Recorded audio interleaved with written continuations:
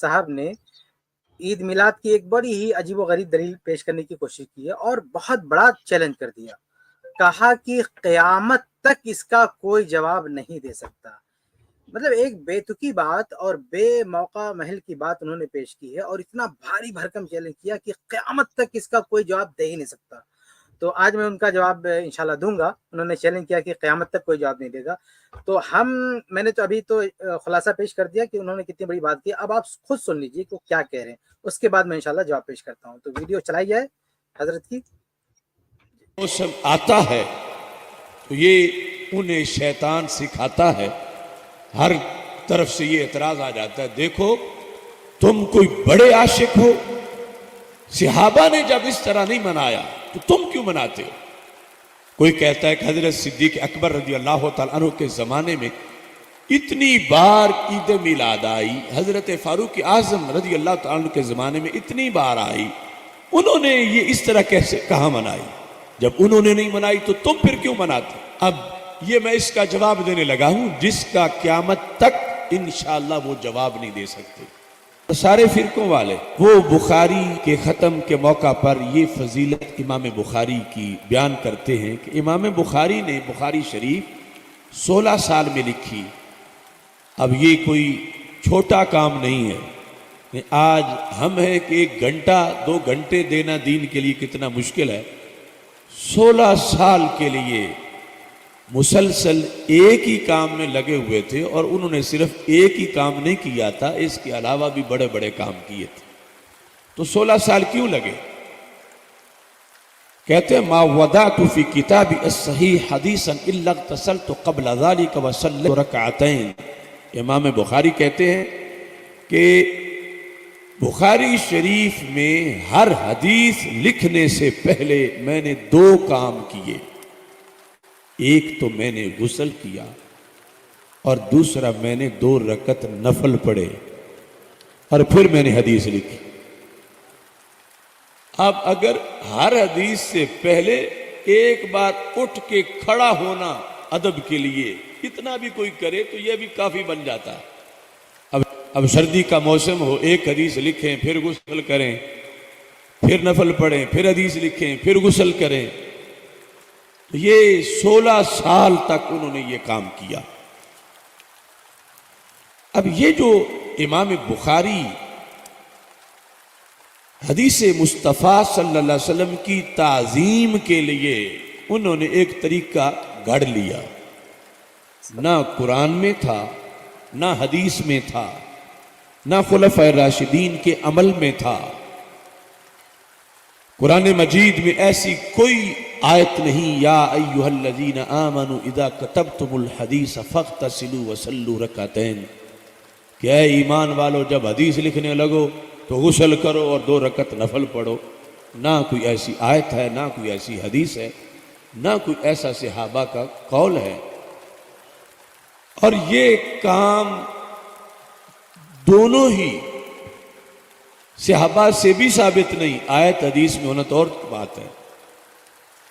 تو جو بدعت کی تعریف آج لیٹسٹ تعریف ہے کہ نیا کام ہو, دین میں ہو اور ثواب سمجھ کے کیا جائے, وہ بدعت ہوتا ہے اور بدعتی جنمی ہوتا ہے.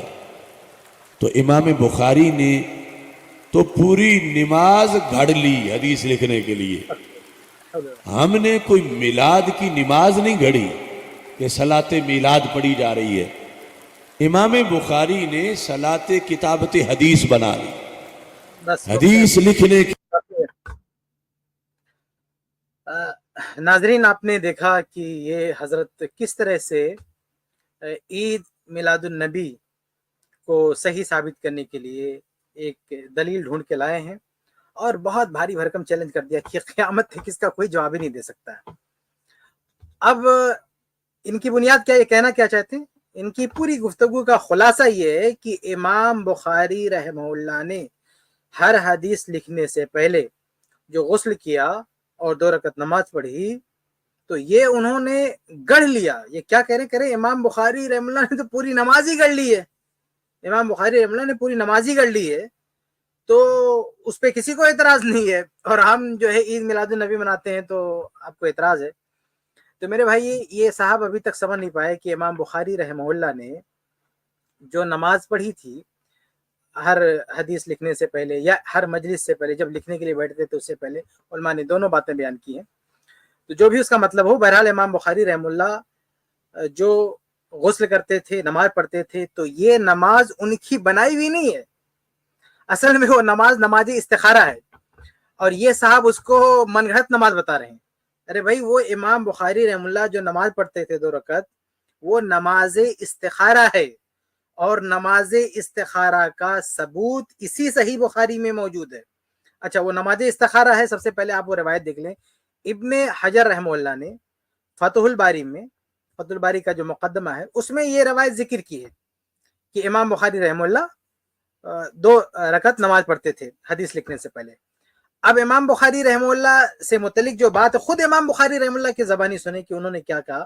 چنانچہ امام بخاری رحمہ اللہ سے سند کے ساتھ ابن حجر رحمہ اللہ نے نقل فرمایا ہے، یہ مقدمہ فتح الباری ہے، فتح الباری کا جو شروع کا حصہ ہے، صفحہ نمبر 489، اس میں ہے کہ امام بخاری رحمہ اللہ کہتے ہیں کہ صنفت کتاب الجامع فی المسجد الحرام، میں نے مسجد حرام میں اپنی اس کتاب کی تصنیف کی ہے، وما ادخلت فیہ حدیثا، میں نے اس میں جب بھی کوئی حدیث داخل کی ہے، حتی استخرت اللہ تعالی وصلیت رکعتین وتیقنت صحتہ، کہ جب بھی میں نے کوئی حدیث داخل کرنی چاہیے اس میں استخرت اللہ، غور سے پڑھیں، امام بخاری خود کہہ رہے ہیں کہ میں نے استخارہ کیا، وصلیت رکعتین، میں نے استخارہ کیا اور 2 رکعت نماز پڑھی۔ تو میرے بھائی آپ کس دنیا میں ہیں؟ آپ کہہ رہے ہیں کہ امام بخاری رحمہ اللہ نے پوری نماز گڑھ لی۔ ارے بھائی یہ نماز استخارہ ہے، امام بخاری خود کہہ رہے ہیں کہ میں نے استخارہ کیا، اور استخارے کی نماز کتنی ہوتی ہے؟ 2 رکعت ہوتی ہے۔ اس کا ثبوت آپ کہہ رہے ہیں کہ گڑھ لی امام بخاری نے، گڑھی نہیں امام بخاری نے۔ امام بخاری رحمہ اللہ نے استخارے کی حدیث کو صحیح بخاری میں کئی جگہ درج کیا، میں ایک جگہ سے آپ کو سنا دیتا ہوں حدیث کا، اس کا حدیث کا شروع کا حصہ دیکھیں، صحیح بخاری میں تو کئی جگہ یہ حدیث ہے، لیکن ایک جگہ امام بخاری رحمہ اللہ نے باب باندھا ہے، باب الدعاء عند الاستخارہ، استخارہ کے وقت دعا کرنا۔ حدیث نمبر ہے 6382، 6382۔ حدیث کے راوی ہیں جابر رضی اللہ عنہ، کہتے ہیں کہ کان نبی صلی اللہ علیہ وسلم یعلمنا الاستخارۃ فی الامور کلھا، کہ اللہ کے نبی صلی اللہ علیہ وسلم ہمیں ہر معاملے میں فی الامور کلھا، غور کیجئے گا کہ اللہ کے نبی صلی اللہ علیہ وسلم ہمیں ہر معاملے میں استخارہ سکھاتے تھے، ہر معاملے میں، کوئی بھی معاملہ ہو آپ اس میں استخارہ کر سکتے ہیں۔ کسورۃ من القرآن، جیسے قرآن کی سورت بتاتے تھے ایسے ہی استخارہ۔ کیا کہتے تھے؟ اذا ہم بالامر، جب تم میں سے کسی کا کوئی معاملہ ہو، کسی چیز کا ارادہ کرے، فلیرکع رکعتین، تو وہ 2 رکعت نماز پڑھے، وہ 2 رکعت نماز پڑھ لے۔ یہ امام بخاری رحمہ اللہ نے صحیح بخاری میں اس کو نقل کیا ہے، اور یہی حدیث صحیح بخاری میں کئی جگہ، مثلا ایک آگے بڑھیں گے تو حدیث نمبر 7390، 7390، اس میں کیا ہے؟ اس میں کہ اذا ہم احدکم بالامر فلیرکع رکعتین من غیر الفریضۃ، جب تم میں سے کوئی کسی چیز کا ارادہ کرے تو 2 رکعت نماز پڑھے فرض کے علاوہ، یعنی 2 رکعت نفل، 2 رکعت سنت استخارہ کی اللہ کے نبی صلی اللہ علیہ وسلم نے بتلائی ہے، سکھلائی ہے، اور امام بخاری رحمہ اللہ نے اللہ کے نبی صلی اللہ علیہ وسلم کی اسی حدیث پر عمل کیا ہے، اور یہ بد نصیب کہہ رہے ہیں کہ نہیں امام بخاری نے پوری نماز گڑھ لی۔ کہاں نماز گڑھ لی ہے بھیا؟ یہ نماز اللہ کے نبی صلی اللہ علیہ وسلم کی سکھائی ہوئی نماز استخارہ۔ نماز استخارہ پڑھنے سے کس کو منع کیا گیا؟ آپ بھی پڑھیے، کون منع کیا آپ کو؟ آپ کو بھی کوئی کام کرنا ہے، آپ کو کوئی کتاب لکھنا، پڑھیے نماز استخارہ، کس نے آپ کو منع کیا بھائی؟ تو یہ امام بخاری رحمہ اللہ نے جو 2 رکعت نماز پڑھی ہے وہ نماز استخارہ ہے، اس کو بدعت کسی صورت میں۔ اب یہ کہتے ہیں بدعت کی جو لیٹسٹ تعریف ہے اس کے روح سے یہ کیا ہوگا؟ ارے بھائی بدعت کی تعریف یہ ہے کہ جو بعد کے لوگوں نے ایجاد کیا، امام بخاری رحمہ اللہ نے جو عمل کیا وہ امام بخاری کا ایجاد کیا ہوا نہیں ہے، وہ اللہ کے نبی صلی اللہ علیہ وسلم کا بتایا ہوا ہے، وہ نماز استخارہ ہے۔ نماز استخارہ اللہ کے نبی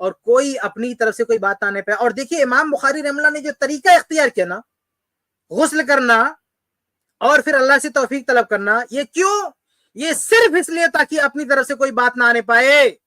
ارے بھائی امام بخاری رحمہ اللہ کا یہ طریقہ تو بدعتوں کی جڑ کاٹتا ہے, اور آپ الٹے دماغ کی بات کرتے ہیں, اسی بدعت اصطلاح کرتے ہیں. امام بخاری رحمہ اللہ کا غسل کا اہتمام کرنا اس لیے تاکہ ہمارے بشری تقاضے کے مطابق ذہن کہیں کوتاہی کا شکار نہ ہو جائے, کوئی وہم کا صدور نہ ہو جائے, جو کچھ ہم درج کریں وہ صحیح ہو, اللہ کے نبی صلی اللہ علیہ وسلم کی طرف کوئی بات غلط منسوب نہ ہو جائے, ہمارے اپنی طرف سے کوئی بات نہ آنے پائے. تو اپنی طرف سے اتنا اہتمام کیا کہ غسل کیا اور پھر اللہ تعالیٰ سے توفیق طلب کی, استخارہ کیا. اتنا اہتمام کرنے کے بعد ایک حدیث درج کر رہے ہیں, کیوں؟ مقصد یہ ہے تاکہ اپنی طرف سے کوئی بات نہ آنے پائے. اور اللہ کے بندے تم اسی واقعے کو اور اسی بات کو دلیل بناتے ہو کہ بدعت ایجاد کریں گے, شرم آنی چاہیے تم کو. اسلاف کا محدثین کا جو طریقہ ہے, محدثین کی جو قربانیاں ہیں, اس کو سمجھنے تک کی توفیق نہیں ہے آپ کو. یہ بدعت نے بالکل دماغ جو ہے الٹا کر کے رکھ دیا ہے. امام بخاری رحمہ اللہ کا جو طریقہ ہمیں یہ سبق دے رہا ہے کہ بدعتوں سے دور رہو, شریعت میں اپنی طرف سے کوئی بات نہ لاؤ, پورے اہتمام کے ساتھ قرآن مجید کی بات ہو, حدیث کی بات ہو, اپنے طور سے پوری طرح تیار ہو, اللہ تعالیٰ سے دعا کرتے رہو, کیا اللہ تعالیٰ سے توفیق طلب کرو تاکہ ہماری طرف سے کوئی بات نہ ایڈ ہو جائے. اتنا اہتمام امام بخاری رحمہ اللہ کا, ان کا یہ طریقہ کار تو بدعتوں کی جڑ کاٹ رہا ہے. ان کا یہ طریقہ تو چیخ چیخ کر ہم کو بتا رہا ہے کہ ایک حرف بھی اپنی طرف سے نہ آنے پائے, بشری تقاضے کے مطابق جو بھی غلطیاں ہو سکتی ہیں اس کا اہتمام کرو, اپنی طرف سے نہ انجانے میں ہونے پائے, اور اللہ تعالیٰ سے توفیق بھی طلب کرو کہ ایسا نہ ہو کہ شیطان ہمارے ساتھ آ جائے اور شیطان ہمیں گمراہ کر دے. یہ احتیاط صرف اس لیے کہ دین میں اپنی طرف سے کچھ کہنے کی اجازت نہیں ہے. تو میرے بھائی سمجھو, جو طریقہ بدعتوں کی جڑ کاٹ رہا ہے آپ اسی سے دلیل پکڑ رہے ہو بدعت کی. تو بہرحال یہ ساری پرابلم ان کی یہ ہے حضرت کی کہ انہوں نے اس نماز کو کوئی ایجاد کردہ نماز بنا دیا. یہ سمجھ لیے کہ امام بخاری نے خود سے جو ہے وہ نماز ایجاد کیا, حالانکہ امام بخاری نے کہہ بھی دیا, ان کا بیان موجود ہے, استخرت اللہ, میں نے استخارہ کیا. اور بہت سارے اہل علم کے آپ جب کتابیں تھوڑا سا مطالعہ کریں نا, امام اہل علم نے اس نماز کو کیا نام دیا, کیا مانا, کس طرح سے نقل کیا. اہل علم نے نقل کیا کہ امام بخاری حدیث لکھنے سے پہلے نماز استخارہ پڑھتے تھے, اور آپ اس کو من گھڑت نماز کہہ رہے ہیں, شرم آنی چاہیے آپ کو. تو بہرحال خلاصہ یہ ہے میرے بھائی کہ ان کا جو سب سے بڑا اعتراض یہ تھا کہ امام بخاری رحمہ اللہ نے جو غسل کیا, 2 رکعت نماز پڑھی, یہ پوری نماز ایجاد کر لی. تو نماز ایجاد نہیں کیا, نماز اللہ کے نبی صلی اللہ علیہ وسلم نے بتائی ہوئی نماز استخارہ ہے, اور اسی کو امام بخاری رحمہ اللہ نے ادا کی, جیسا کہ ابن حجر رحمہ اللہ نے صراحت کر دی امام بخاری کے اپنے الفاظ میں, اور اہل علم نے بھی صراحت کری. رہی بات غسل کی, تو وہ غسل نظافت ہے, وہ غسل تعبدی نہیں ہے, وہ احتیاط کے لیے, کیونکہ حدیث سنانے جا رہے ہیں تو کس طرح سے ذہن جو ہے بشری تقاضے کے مطابق کسی کوتاہی کا شکار نہ ہو, تو کمال احتیاط, آپ بھی غسل کریں, آپ کو کون منع کر رہا ہے. تو یہ ان کے اعتراض کا جواب تھا. اچھا ایک بات اور میں آپ کے سامنے کلیئر کر دوں آخر میں, یہ اصل میں اصولوں کو نہیں سمجھتے. یہ جو جہاں سے دلیل لا رہے ہیں نا, حقیقت میں سپوز میں نے آپ کے سامنے جواب دے دیا یہ کوئی بدعت نہیں امام بخاری رحمہ اللہ کی, لیکن سپوز فرض کر لیں تھوڑی دیر کے لیے ہم چلو مان لیتے ہیں, تھوڑی دیر کے لیے اگر ہم مان بھی لیں کہ کسی امام نے, امام بخاری کسی بھی امام سے کوئی ایسا عمل صادر ہو گیا جس کی دلیل قرآن میں نہیں اور حدیث میں نہیں, تو میرے بھائی ہمارا منہج کیا ہے, اہل حدیث کا منہج کیا ہے؟ ہم یہ کہتے ہیں کہ وہ عمل ہمارے لیے حجت نہیں ہے. تو آپ وہ جو واقعہ بیان کر رہے ہو, کوئی بھی واقعہ, یہ واقعہ کوئی بھی ہو, اگر اس واقعے کی تو دلیل موجود ہے, امام بخاری رحمہ اللہ جو کچھ کا دلیل موجود ہے, میں واضح کر چکا ہوں. لیکن سپوز فرض کرو کسی امام نے کوئی ایسا کام کر دیا جس کی کوئی دلیل نہیں ہے, تو بھیا ہمارے سامنے اسے کیوں پیش کر رہے ہو؟ تمہارے وہ اس طرح کے واقعات پیش کرنے سے ہم کہہ دیں گے کہ ہری جھنڈی دکھا دیں گے, لے جاؤ بدعت ایجاد کرو کیونکہ بعض اہل علم نے ایسا کیا ہے. نہیں بھیا نہیں, دلیل قرآن ہے, دلیل اللہ کے نبی صلی اللہ علیہ وسلم کی حدیث ہے, اور پھر قرآن حدیث کے ساتھ ساتھ صحابہ کرام کا فہم ہے, ان کا منہج ہے, ان کا طریقہ ہے. یہاں سے آپ کچھ لا سکتے تو لاؤ, ہم ہمارے سراخوں پر. لیکن اب بعد کے علماء سے کوئی لے کر آؤ گے کہ فلاں بزرگ نے ایسا کیا, فلاں نے ایسا کیا, وہ ہمارے لیے دلیل نہیں ہے. اس سے آپ کسی چیز کو ثابت نہیں کر سکتے, سمجھ رہے؟ آپ ایک نہیں, آپ 1000 علماء سے لے آؤ, بعد کے علماء سے. اگر صحابہ کرام نے کوئی عمل نہیں کیا ہے, بعد کے 1000 علماء سے آپ اس کا ثبوت لے آؤ, ہم اسے ماننے کے لیے تیار نہیں ہیں, اگر اس کی دلیل قرآن میں نہیں ہے اور حدیث میں نہیں ہے اور صحابہ کرام سے وہ مروی نہیں ہے. یہ اصولی بات ہے, اس اصول سے مت ادھر ادھر جاؤ. اور آپ کہہ رہے ہو کوئی جواب نہیں دے سکتا. بھائی اگر سپوز ایسا کوئی واقعہ ہوتا بھی, ہم کیوں اس کے جواب کا کوئی پابندی نہیں ہے؟ آپ کو اگر منہ بند کرنا ہے اور مشکل جواب دینا تو قرآن سے کوئی آیت لے کر آؤ نا, پھر ہم قیامت تک جواب نہیں دے پائیں گے. حقیقت میں قرآن کی کوئی آیت لے آؤ اپنے عمل پہ, ہم جواب نہیں دے پائیں گے قیامت تک. آپ اللہ کے نبی صلی اللہ علیہ وسلم کی حدیث لے آؤ, ہم جواب نہیں دے پائیں گے, اس کو ماننا پڑے گا ہمیں. آپ صحابہ کرام کا عمل لے آؤ, ہمیں ماننا پڑے گا. قرآن حدیث کا جو فہم ہے صحابہ کرام کا, اس کی مخالفت دوسرے صحابہ کرام نے نہیں کی ہے, متفق ہے, ان کا مسئلہ ہے, ہمارے لیے وہ حجت ہے, ہم قیامت تک اس سے نہیں ہٹ سکتے ہیں. لیکن آپ قرآن چھوڑ کے, حدیث چھوڑ کے اور صحابہ کرام کو چھوڑ کے بعد کے علماء کا کوئی حوالہ لاؤ گے اور بولے گے قیامت تک جواب نہیں دے سکے. اگر جواب کوئی نہیں بھی دیتا اس کا کیا فرق پڑتا؟ وہ ہمارا دین ہے, وہ ہمارا مذہب ہے, وہ ہمارا مسلک ہے. ہمارا دین قرآن ہے, حدیث ہے, صحابہ کرام کا جو ہے اسوہ ہے, یہ ہمارا دین ہے. یہاں سے کوئی دلیل لے کر آؤ اگر آپ کو خاموش کرنا ہو. بہرحال انہوں نے جو دلیل دینے کی کوشش کی اور یہ چیلنج مارا کہ قیامت تک کوئی جواب نہیں دے گا, تو میں جواب دے چکا ہوں, آپ کے سامنے جواب رکھ چکا ہوں کہ امام بخاری رحمہ اللہ کا جو یہ عمل ہے, یہ عمل بدعت نہیں ہے. یہ جو آپ نے بڑی پتہ نہیں کیسے کہہ دیا, آپ کی زبان بھی نہیں کاپی, کہ امام بخاری رحمہ اللہ نے پوری نماز گڑھ لی. استغفر اللہ. امام بخاری جن کی کتاب صحیح بخاری کے بعد پہلے نمبر پہ مانی جاتی ہے, جنہوں نے احادیث کی تحقیق میں اتنی جافشانی سے کام لیا ہے, ان کا پورا مقصد کیوں ہے بھائی؟ صحیح بخاری لکھنے کا مقصد ہی کیا یہ نا کہ صحیح حدیث ضعیف حدیث سے الگ رہے, دین میں کوئی نئی بات نہ آنے پائے, اتھینٹک چیزوں پہ عمل کیا جائے. انہی امام بخاری کا نام لے کے, شرم کرو اللہ کے بندے, انہی امام بخاری کا نام لے کے ان کی طرف منسوب کرتے ہو کہ وہ نماز بنا لی ہے. استغفر اللہ. ہرگز نہیں, انہوں نے کوئی نماز نہیں بنائی ہے. نماز استخارہ انہوں نے پڑھی ہے جس کا ثبوت موجود ہے, خود امام بخاری رحمہ اللہ نے اپنی صحیح بخاری میں اس کا ثبوت دے دیا. تو میرے بھائیو, یہ ان کا ایک اعتراض تھا, یوٹیوب پہ کافی دنوں سے موجود ہے, اور یہ صاحب بہت سارے لوگ کہہ رہے تھے, کئی لوگوں نے میرے سامنے اس کو پیش کیا کہ بندے نے چیلنج کیا کہ قیامت تک کوئی جواب نہیں دے گا. میں نے کہا آج ہی جواب دیتا ہوں میں, کوئی مسئلہ نہیں. تو جواب آپ کے سامنے اللہ تعالیٰ ہم